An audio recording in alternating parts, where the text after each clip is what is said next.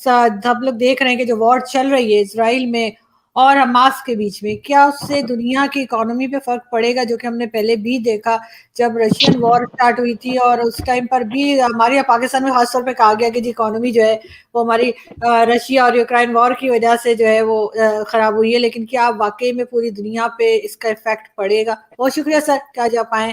Thank you so much. Thanks for coming. Thank you, my pleasure coming and talking to you. पूरी दुनिया पे economy पे असर पड़ने की संभावना कम है, लेकिन इसराइल और गाजा पे काफी असर पड़ेगा। पहले तो गाजा का पूरा सफाया हो रहा है और इसराइल में भी काफी डैमेजेस है, सिविल डैमेजेस हैं, तो वो सब रीबिल्ड करना पड़ेगा, तो that is going to cost a lot of money. और इसराइल का जो बड़ा इनकम है टूरिज्म का, वो नहीं आएगा, तो उसका असर पड़ेगा। और इसराइली टूरिस्ट इंडिया में बहुत आते थे, नॉर्थ इंडिया में इसराइली के लिए कुछ होटल्स बने हैं जो जहाँ पे ज्यादा करके इसराइलीज रहते थे, वहां पे बहुत कैंसलेशन है। सो ये इसराइल का असर इसराइल पे पड़ेगा, गाजा पे पड़ेगा, लेबनान पे पड़ेगा, ऑयल के प्राइसेस पे थोड़ा बहुत पड़ेगा, बट पूरे देश के, पूरे दुनिया की इकोनॉमी में बहुत असर मेरे ख्याल से तो नहीं पड़ना चाहिए। क्योंकि सर पहले भी हमने देखा जब कोविड हुआ था, तो कोविड के टाइम पे भी यही कहा गया कि जी क्योंकि कोविड हो गया इस वजह से इकोनॉमी खराब हुई है कंट्रीज की, और अभी भी यही बताया जा रहा है।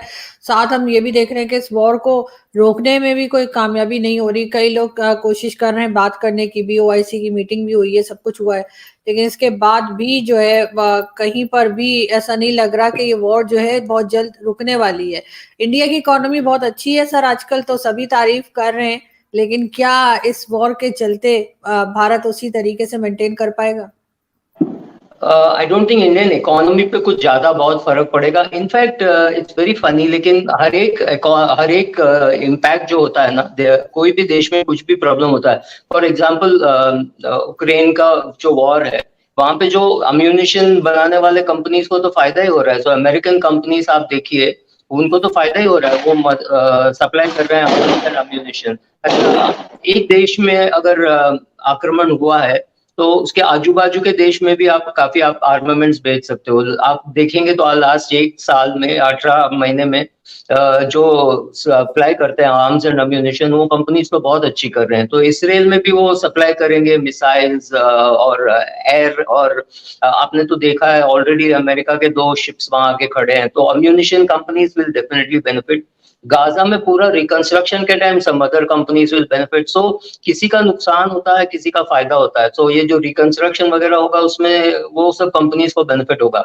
तेल का प्राइसेस में थोड़ा फर्क पड़ सकता है, बिकॉज इट्स ऑलरेडी हाई, तो $125 तक वो तेल का भाव पहुंच सकता है, बट बाकी आई don't think, it's ultimately small country. और एक और चीज क्या होता है, अभी यूक्रेन में बहुत वीट होता है, तो wheat goes all over the world. अगर यूक्रेन का वीट नहीं जा पा रहा है बिकॉज ऑफ द वॉर, तो बाकी जो कंट्रीज है जिसके पास वीट सरप्लस है, वो बेच सकेगा। Suppose India has got a wheat surplus, India वो बेच पाएगा। तो यूक्रेन और रशिया के war, actually India as a beneficiary, India को तेल सस्ते में मिल रहा है फ्रॉम रशिया। तो ऐसा नहीं है कि एक तरफा है कि सबको नुकसान होता है, किसी को नुकसान होता है, किसी को फायदा होता है। That happens in any event. बिल्कुल, मगर सर बात तो यही है ना कि एक तरह से भी बताया जा रहा है, जो पाकिस्तान में न्यूज़ चल रही होती है उसमें ये भी कहते हैं कि जो गल्फ कंट्रीज हैं, हो सकता है कि वो किसी ऐसी बात के ऊपर चले जाएं कि वो जो ऑयल सप्लाई है या फ्यूल जो मिलता है गल्फ कंट्रीज से, उसको बंद कर दें ताकि इसराइल के ऊपर प्रेशर पड़े। आपको लगता है ये पॉसिबल है? गल्फ कंट्रीज या ओआईसी की जो कंट्रीज है वो मिलकर ऐसा कोई फैसला कर सकती है? वो किसको ऑयल सप्लाई करना बंद करेंगे? और एक और चीज है, जो ऑयल सप्लाई करने वाले कंट्रीज है, उनका उनका घर तो ऑयल बेच के ही चलता है, तो पूरा ऑयल वो बेचना बंद करेंगे तो हो ही नहीं सकता। आप देखेंगे रशिया इज एट वॉर, लेकिन रशिया ऑयल सप्लाई कर रहा है, गैस सप्लाई कर रहा है, गोल्ड बेच रहा है, वो सब तो कर ही रहा है ना। इकोनॉमी पूरा बंद नहीं कर सकता है। और एक और चीज है, only the rich countries can go to war. अब वॉर करने के लिए भी बहुत पैसा लगता है, तो इसराइल रिच कंट्री है, रशिया रिच कंट्रीज है, तो वो कंट्रीज वॉर कर सकते हैं। मेरे ख्याल से ये तो नहीं होगा कि रशिया अपना तेल बेचना बंद कर देगा, गैस बेचना बंद कर देगा। So similarly I don't think oil producing countries will stop supplying oil. वो ऑयल बंद करेंगे तो उनका क्या होगा? और किसको ऑयल सप्लाई करना बंद करेंगे? इसराइल को बंद करेंगे ना, बाकी वो पाकिस्तान को और इंडिया को क्यों बंद करेंगे? उनको भी सर तो ऑयल इसराइल को बेचना ही कह है। रहे हैं, सर इसराइल को ही कह रहे हैं। हाँ, इसराइल इसराइल कहीं और से खरीदेगा, इसराइल इंडिया से खरीदेगा, इसराइल अमेरिका से खरीदेगा, शेल ऑयल खरीदेगा। कुछ तो आजकल ऐसे नहीं है कि ऑयल प्रोड्यूसिंग बहुत कम कंट्रीज है, काफी कंट्रीज ऑयल प्रोड्यूस करती है और अमेरिकन्स तो like Israel quite a bit. तो अगर इसराइल को प्रॉब्लम होगा तो पता चलेगा कि अमेरिका वहां से ऑयल सप्लाई कर रहा है या तो रशियन ऑयल इंडिया के थ्रू इसराइल को जा रहा है। आई डोंट थिंक आज कोई एक सिंगल सप्लायर किसी कंट्री को they can not hold him at ransom, ये तो नहीं हो सकता है। बिल्कुल मगर सर अगर इकोनॉमी की ही हम बात करें तो आपके यकीनन आपने पाकिस्तान की इकोनॉमी को भी स्टडी किया होगा और देखा होगा कि किस तरह से इसकी हालत है। साथ चाइना है, चाइना से हमारे पास प्रोजेक्ट्स भी होते हैं और कहा जाता है कि जी चाइना से ही पाकिस्तान अक्सर लोन भी लेता रहता है। वैसे तो खैर सभी से लेते रहते हैं, लेकिन चाइना जो है उससे हमें काफी उम्मीद रहती है कि वो हमें टाइम पे दे देगा। तो सर पाकिस्तान की इकोनॉमी को आप किस तरह देखते हैं? और साथ चाइना के लिए भी बात की जाती है अक्सर कि चाइना की इकोनॉमी भी खराब हो रही है, तो उसका क्या रीजन है? देखिए सरकार का यही काम है कि वो एक ऐसा वातावरण बनाए जहाँ पे लोग आकर के काम कर सकें। सरकार कुछ करती नहीं है। So they have to create a atmosphere कि वहाँ लोग काम कर रहे हैं। अगर नरेंद्र मोदी ने इंडिया में ऐसा एटमॉस्फेयर खड़ा किया है जहाँ के अंबानी, अडानी, टाटा या कोई फॉरेन कंपनीज, मैकडोनल्ड सब यहाँ आकर के काम कर पा रहे हैं, तो एक वातावरण प्रोवाइड करना हमारा काम है, सरकार का काम है। उसके आगे एंटरप्रेन्योर्स हैव टू वर्क। सो पाकिस्तान के जो बिजनेसमैन है वो पाकिस्तान में निवेश करें और पाकिस्तान से काम करें। पाकिस्तान के लोग तो मेहनती हैं, काम भी करेंगे। सो वहां पे इकोनॉमी में कुछ प्रोडक्शन होना चाहिए। आप सिर्फ लोन लोगे तो वो लोन रीपे कैसे करोगे? कोई भी बंदा, अगर एक बंदा घर खरीदने के लिए लोन लेता है तो वो लोन चुकाने के लिए उसको नौकरी तो करनी पड़ेगी ना। तो something has to be done. So economic activities have to increase in Pakistan. उसके लिए the government has to create an atmosphere के लोगों को लगे कि हम काम करेंगे, पैसा कमाएंगे, थोड़ा टैक्स भरेंगे और बाकी पैसा घर ले जाएंगे। इसके लिए क्या क्या कंट्रोल करना चाहिए? इंफ्रास्ट्रक्चर अच्छी होनी चाहिए, इन्फ्लेशन कंट्रोल में होनी चाहिए। अगर इन्फ्लेशन कंट्रोल में नहीं है तो कोई बंदा वहां निवेश नहीं करेगा, क्योंकि आज मैं पैसे लाऊंगा $300, $300 है डॉलर का, कल वो 600 हो जाता है तो मेरी इन्वेस्टमेंट की हालत खराब हो जाती है। So then I will not invest. So atmosphere अच्छा करना वो पाकिस्तान गवर्नमेंट को ही करना है ना, वो कोई प्राइवेट सेक्टर तो नहीं कर सकता।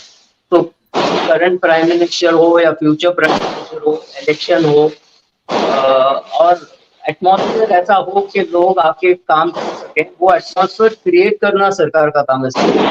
Government can not do business. Government अगर बिजनेस करती है तो they don't do a good business. India में भी पब्लिक सेक्टर है कुछ खास अच्छा काम करेगा, लेकिन प्राइवेट सेक्टर के लिए एक एटमॉस्फेयर अच्छा है कि private sector investment, foreign investment आता है। वो एनवायरमेंट क्रिएट करना हमारा सरकार का काम है। तो सर आपके ख्याल से सिर्फ करप्शन एक मेन रीजन है जिसकी वजह से पाकिस्तान की इकोनॉमी इस तरह से खराब हुई है, या जो इस वक्त हालत है क्या उसके पीछे सिर्फ करप्शन ही का हाथ है? चाहे वो हमारी पॉलिटिशियंस हो, चाहे हमारी आर्मी हो या एजेंसीज हो, आपके ख्याल से सिर्फ करप्शन ही मेन रीजन है पाकिस्तान की इकोनॉमी खराब होने का? करप्शन ही मेन नहीं होता है, क्योंकि जो बिजनेसमैन है वो भी डरता है कि मैं पैसे यहाँ लगाऊंगा और मेरे पैसे की आई मीन वैल्यू नहीं रहेगी, कुछ चोरी हो जाएगा, कुछ पॉलिटिशियंस ले जाएंगे, तो लोग डरते भी हैं। आपने आइन रैंड का बुक पढ़ा होगा तो आइन रैंड लिखती है the money is the biggest covered.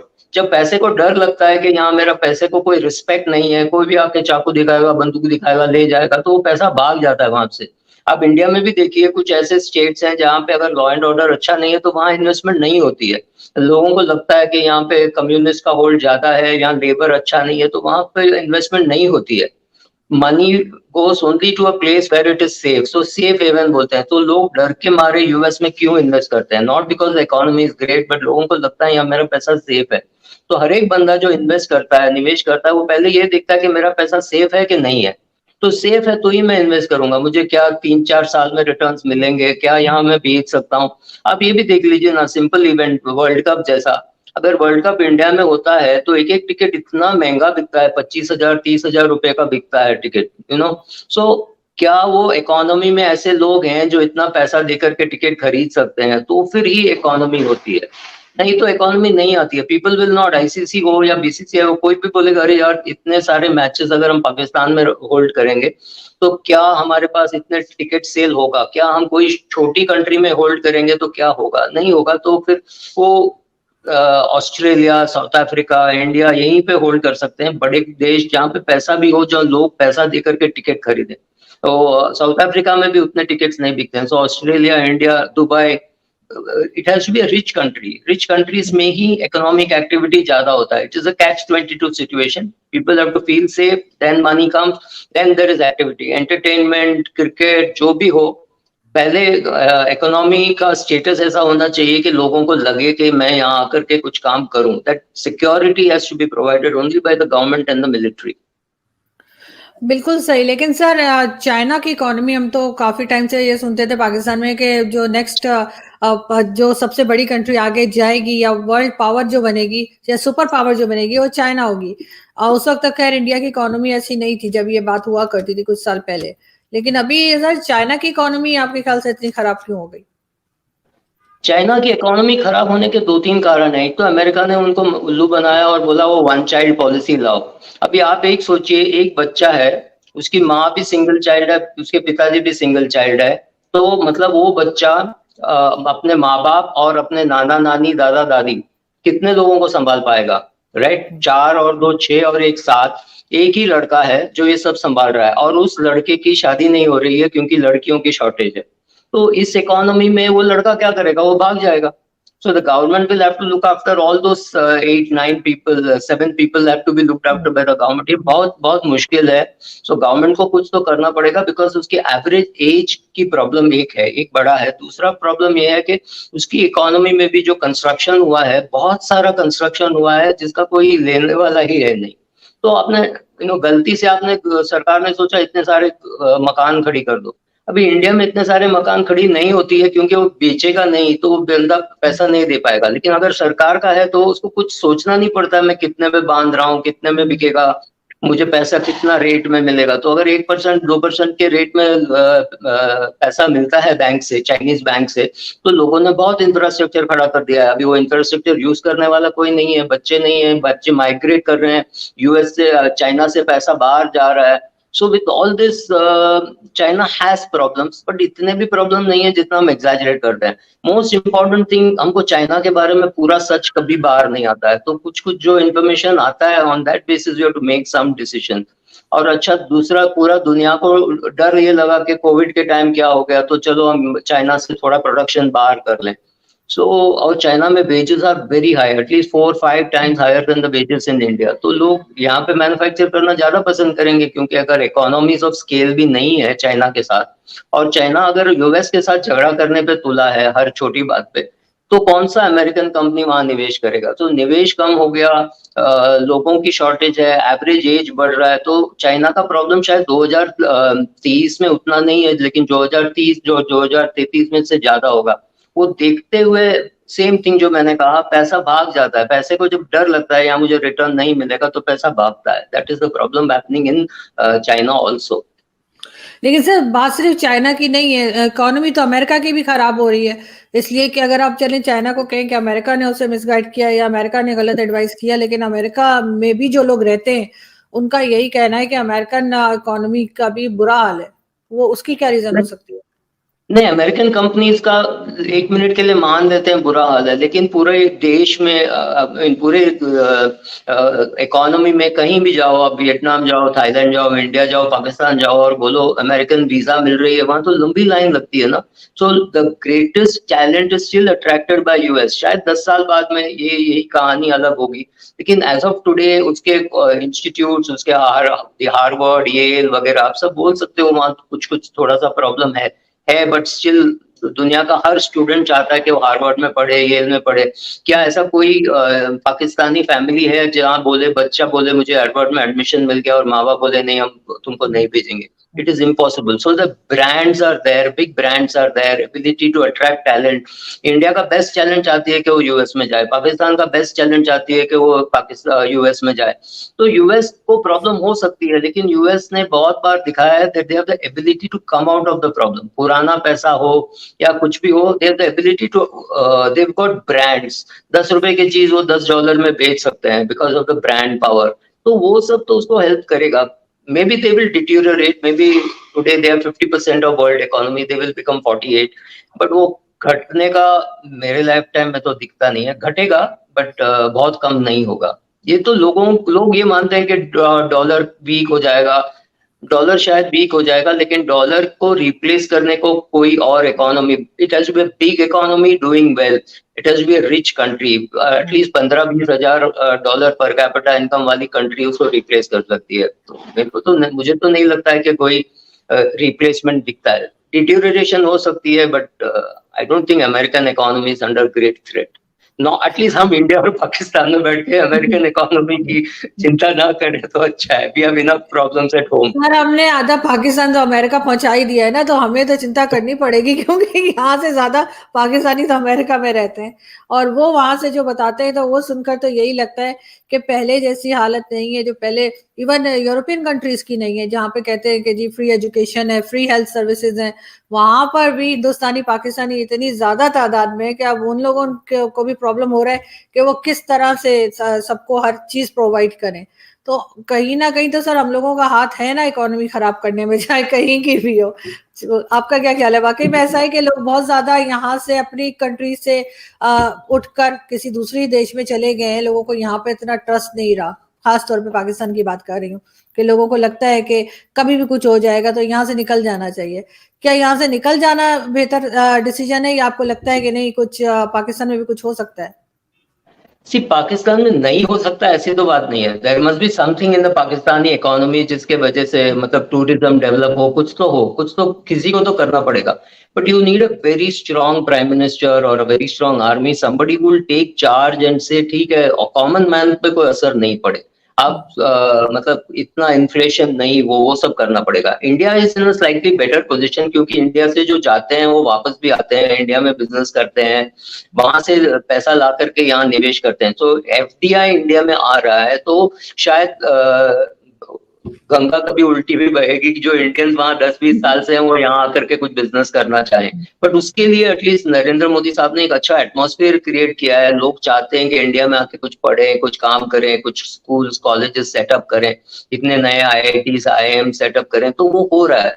तो जो बच्चा यहाँ पढ़ेगा, हाँ 10% शायद बाहर जाएंगे बट उससे ज्यादा नहीं जाएंगे, तो इंडियन इकोनॉमी में भी वो लोग काम करेंगे और कुछ तो स्पोर्ट्स होगा।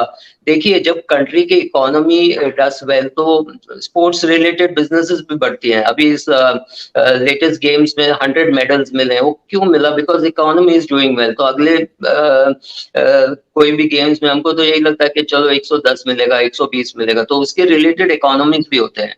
You know, so stadium setup करना, इतने लोगों को ट्रेनिंग देना। आप देखिए आईपीएल में अगर 15 टीम है तो 15x20 300 बच्चों को वहां कैरियर बन रहा है।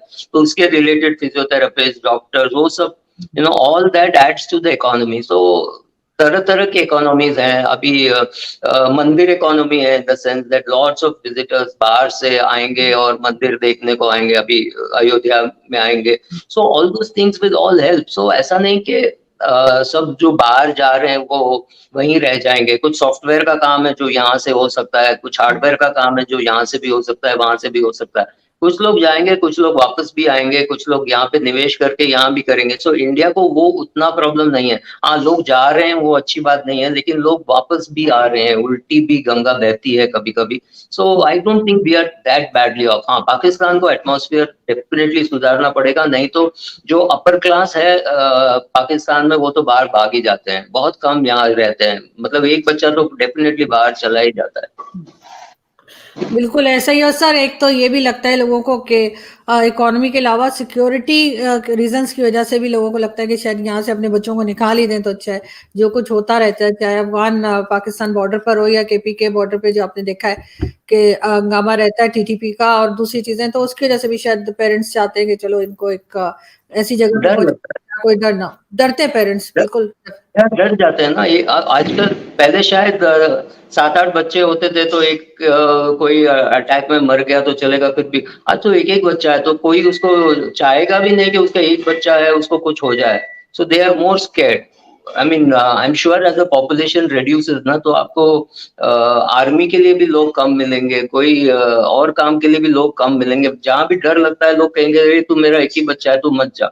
सो shortage of people, population going down, वो सब है ही। तो जो अच्छे लोग हैं, जो पढ़ सकते हैं, जो अच्छे इंजीनियर बन सकते हैं, डॉक्टर बन सकते हैं, वो तो भाग ही जाएँगे ना, वो क्यों रहेंगे? कोई नहीं रहता। जैसा मैंने कहा ना, मनी इज़ अ कवर्ड, पैसा वहाँ नहीं रहता है जहाँ पे एटमॉस्फेयर अच्छा नहीं हो। तो लोग ये चाहेंगे कि मैं यूएसए में पैसा रखूँ, मुझे 5% मिलेगा सालाना, तो इट्स ओके। बट अगर मैं इंडिया में रखूँ तो मुझे 7% चाहिए, अगर मैं पाकिस्तान में रखूँ तो मुझे 12% चाहिए। ये जो एक्स्ट्रा जो माँग रहे हैं, that is called risk premium. हम ज़्यादा रिस्क प्रीमियम माँगते हैं। तो अगर मैं अच्छा खासा नौकरी कर रहा हूँ यूएस में और मेरी कंपनी बोलती है तुम जाओ थोड़े दिन पाकिस्तान में रहो, तो मैं तो हार्डशिप अलाउंस माँगूँगा कि मैं पाकिस्तान में रहूँगा, मैं रिस्क ले रहा हूँ तो मेरा पगार डबल कर दो।